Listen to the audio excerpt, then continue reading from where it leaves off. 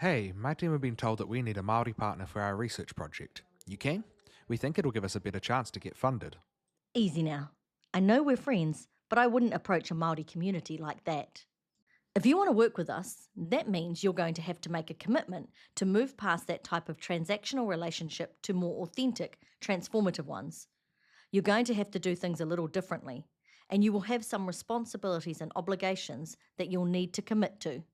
Yes, when you put it that way, I suppose I was being a little presumptuous. So, what's the best way to approach a Māori community about a project? Well, it's a lot like a pōwhiri. The process for that starts long before you arrive at the marae with whakaritiriti or preparation. In research terms, it means starting with reflecting on the intentions you have for your project. Are you here to advance your own career or make your organisation better? Do you understand our community's context and processes? Will your project provide a positive impact for us first and foremost? It's easy for us to tell if you don't do this homework meaningfully, and you shouldn't expect a community to agree to anything if you can't demonstrate this. Would that also include learning about the history and legacy of colonisation in the area, or understanding my institution's past interactions with the community? Yes, that is another part of the preparation you need to do. There might be existing relationships or tensions caused by your organisation that you're not aware of. You should also see if you have any existing connections to us and the area to help you form relationships. But most importantly, you need to design and communicate your project in a way where we can see benefit. It's your responsibility to do all this groundwork. It takes time and effort, and your intentions will be tested once you are invited onto the marae. It's a good thing we're outside of the gates and can see the whare nui from here. It's a perfect representation of the values that you need to embody to do this preparation and work in a good way. See the tiko tiko at the top? It represents our tupuna, our guiding ancestor, the protector of the knowledge the pōwhiri brings. It's the head of the wharenui. It leads the way. Think of the tiko tiko as representing the impact your project will need to have for us.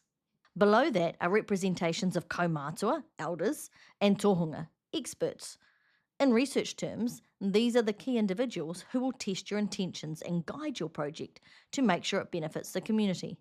Make sure you authentically include them in project design and implementation. I see now. So can either side of the whare nui be thought of as the legs? They look like supports.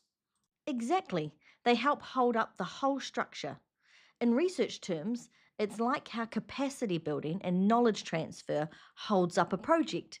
This is vital for Māori, and without it, the project will fall over. Makes sense. And how about the roof? Well, to us, they are a good representation of arms. They protect those inside, just like co designed project governance, equity, and respect of intellectual property does in the research process. Without those values, we are exposed, and we likely won't agree to the project. You see, e hoa, these five values represent the very core of a meaningful project, just like the wharenui is a vital part of our community. Just like in the pōwhiri, you are making a commitment to those values by stepping onto the marae. You're also entering a reciprocal relationship where you and your project must bring benefit in exchange for our knowledge and participation. Wow, that is a lot different from what I'm used to.